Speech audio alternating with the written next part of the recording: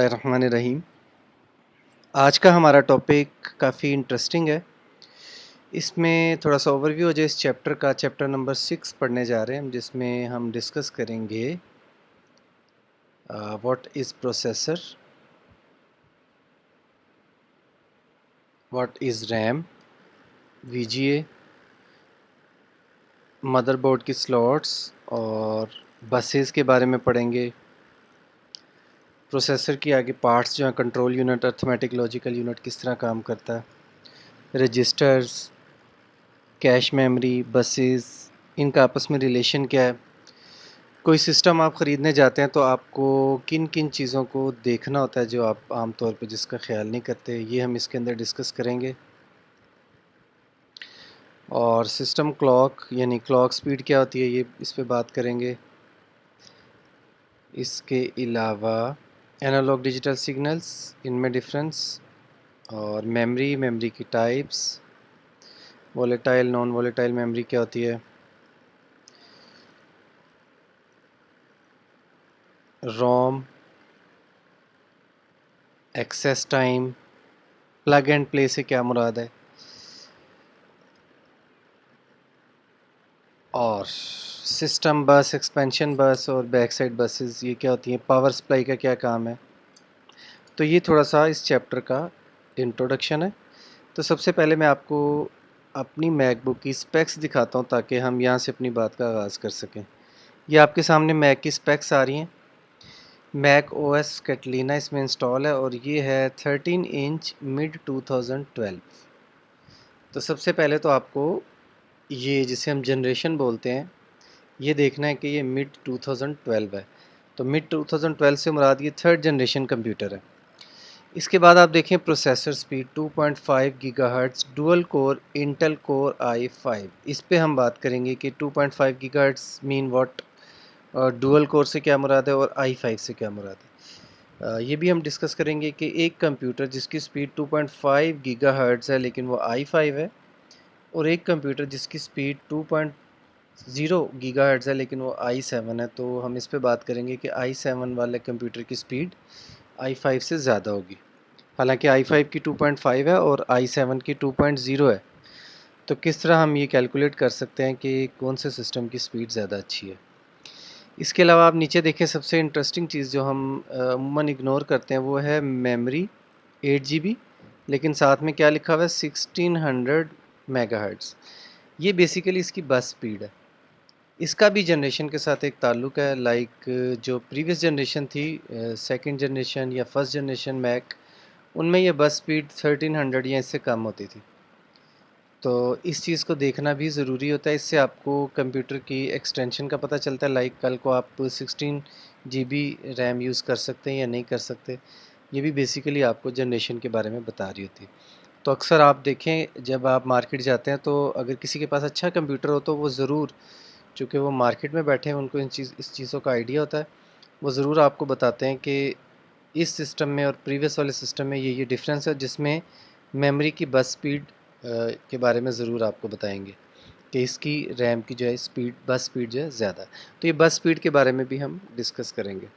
ऊपर देखें, यहाँ पे जितनी ऑप्शंस आ रही हैं सारी हमारे इस चैप्टर का पार्ट है। डिस्प्ले यानी कि वीजीए कार्ड के बारे में डिस्कस करेंगे, इसकी ये रेजोल्यूशन यहाँ पे शो हो रही है। Intel HD graphics 1536 MB graphics, यानी कि इसके ग्राफिक्स कार्ड की स्पेस है। तो इससे समझ आती है कि ग्राफिक्स कार्ड जैसे रैम की कैपेसिटी, इसी तरह ग्राफिक कार्ड की भी कैपेसिटी होती है।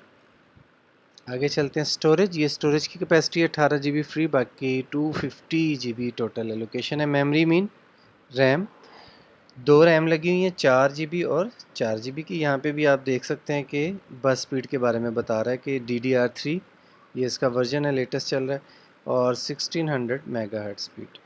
सपोर्ट सर्विस ये हम नहीं पढ़ रहे। इसके अलावा हम ओवरव्यू में सिस्टम रिपोर्ट में जाएंगे और यहाँ पे एक और चीज़ देखेंगे, वो है बैटरी। यहाँ पे सारी डिटेल आ रही है, आप हर चीज़ को एक्सप्लोर करें। यहाँ पे आपको नज़र आएगी बैटरी। तो इसमें आपने देखना साइकिल काउंट, ये देखें सारी चीज़ें तो नहीं देखी जा सकती, लेकिन कुछ चीज़ें जब सिस्टम परचेज़ करना है तो आप इन चीज़ों को ज़रूर देखा करें। साइकिल काउंट, इसका मतलब जितने साइकिल काउंट ज़्यादा है उतनी बैटरी कंडीशन बुरी है। मतलब आप समझ लें कि ये बैटरी बहुत ज़्यादा यूज़ हो चुकी है। तो कोशिश करें साइकिल काउंट देखें जो 100 से कम हो या 50 से कम हो, तो वो आप सिस्टम ख़रीदें। तो इस लेक्चर में आप समझ लें कि हम अपने कंप्यूटर का पूरा ऑपरेशन करने जा रहे हैं।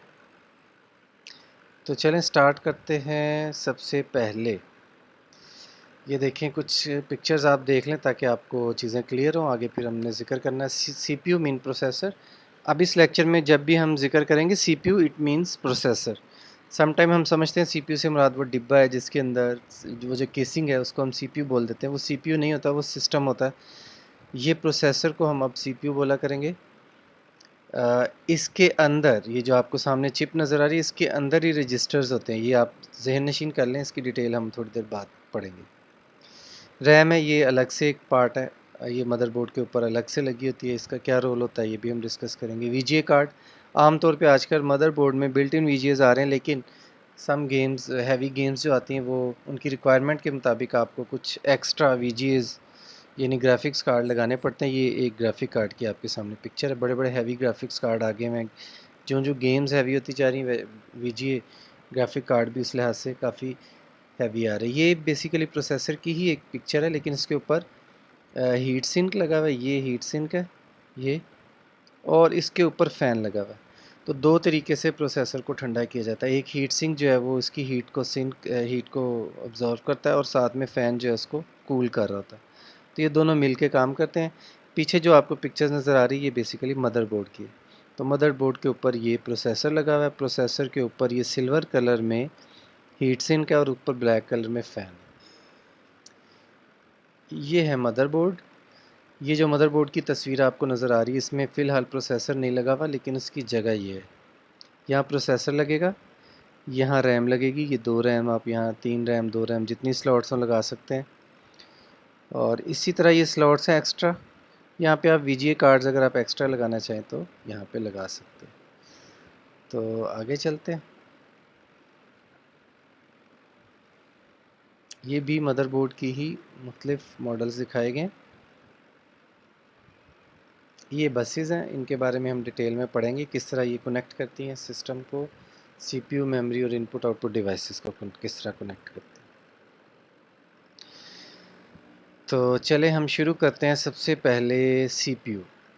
तो सीपीयू बेसिकली कंप्यूटर का दिमाग होता है, प्रोसेसर, यानी कि सारी प्रोसेसिंग जो है वो हमारा सीपीयू कर रहा होता है। थोड़ा सा हम सीक्वेंस को डिस्कस कर लें तो हम अगर बात करें, जब सिस्टम ऑफ होता है तो सारा का सारा डेटा जो है वो हार्ड डिस्क में मौजूद होता है।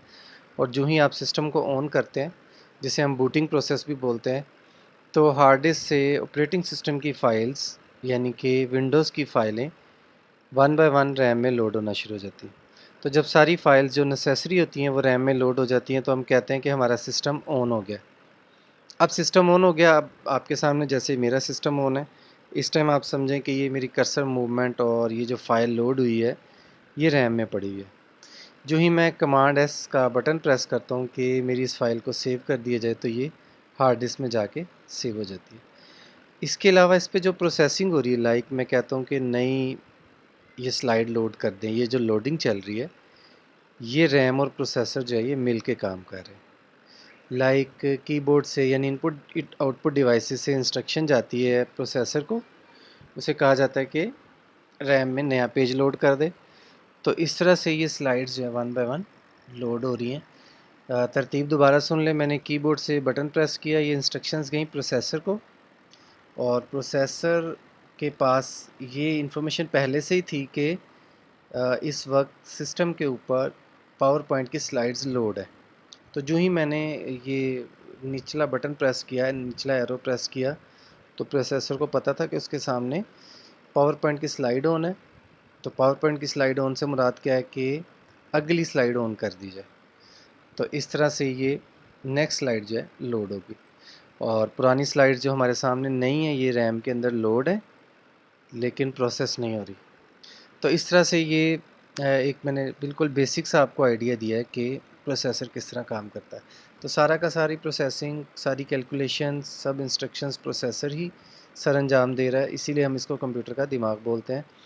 इसके दो टाइप्स हैं, दो पार्ट्स हैं, टाइप्स नहीं, जो मिल के काम करती है, कंट्रोल यूनिट और arithmetic logical unit. Arithmetic logical unit आपको नाम से ज़ाहिर है, ये basically arithmetic and logical operations perform करने के लिए इस्तेमाल होता है। कंट्रोल यूनिट का काम क्या है, ये सारे ऑपरेशंस को कंट्रोल करता है। आम ज़ुबान में आप इसको यूँ समझें कि जब भी प्रोसेसर ने कोई ऑपरेशन परफॉर्म करना होता है तो कंट्रोल यूनिट के ज़रिए से नोटिफाई करता है कि मैं ये ऑपरेशन परफॉर्म करने जा रहा हूँ, लाइक अर्थमेटिक या लॉजिकल या मल्टीप्लिकेशन या समेशन या कोई भी काम करना है, तो सबसे पहले कंट्रोल यूनिट जो है वो हरकत में आता है, उसके बाद प्रोसेसर जो है वो अर्थमेटिक या लॉजिकल ऑपरेशन परफॉर्म करता है। ये डायग्राम थोड़ी सी आप देखें तो आपको मज़ीद क्लियर हो जाएगा। मैं इसको बड़ा करके दिखाता हूँ। इसमें सबसे ऊपर आप देख रहे हैं प्रोसेसर, और प्रोसेसर के अंदर कंट्रोल यूनिट और अर्थमेटिक लॉजिकल यूनिट दो पार्ट्स हैं। ये दरमियान में, ये मैं आपको कर्सर मूव करके दिखाता हूँ, ये इंस्ट्रक्शंस डेटा इन्फॉर्मेशन देखें, ये मेमोरी यानी रैम के साथ इसका लिंक है। इधर से इनपुट आउटपुट डिवाइसेस भी मेमोरी के साथ लिंक्ड है, और इधर से आउटपुट डिवाइसेस भी मेमोरी के साथ लिंक्ड है, और नीचे स्टोरेज डिवाइसेस भी मेमोरी के साथ लिंक्ड है। इसमें अगर हम डिटेल में जाएं तो इसमें भी मुख्तलिफ मॉडल्स चल रहे हैं, जिसमें एक मॉडल ऐसा भी है जिसमें इनपुट आउटपुट डिवाइसेस प्रोसेसर के साथ लिंक्ड होती हैं, तो उसको हम अभी फ़िलहाल इग्नोर करते हैं, क्योंकि मैंने पहले इस पे बात की कि जब आपको इनपुट देते हैं तो वो प्रोसेसर के पास जाती है। तो इसमें काफ़ी डिफरेंट मॉडल्स हैं, जो हम इसकी डिटेल में नहीं जा रहे। फ़िलहाल प्रोसेसर की वर्किंग को हम पढ़ने जा रहे हैं। देखिए, प्रोसेसर का डायरेक्ट लिंक जो है वो मेमोरी के साथ है, तो मेमोरी का डायरेक्ट लिंक जो है वो हार्ड डिस्क के साथ भी है, ये स्टोरेज डिवाइस है, और इसके अलावा इनपुट आउटपुट डिवाइसेस के साथ भी है। तो उम्मीद है यहाँ तक आपको समझ आ गया होगा। बकिया हम नेक्स्ट लेक्चर में बाकी रजिस्टर्स और कैश मेमोरी के बारे में भी डिस्कस करेंगे। अस्सलाम वालेकुम वरहमतुल्लाहि वबरकातुहू।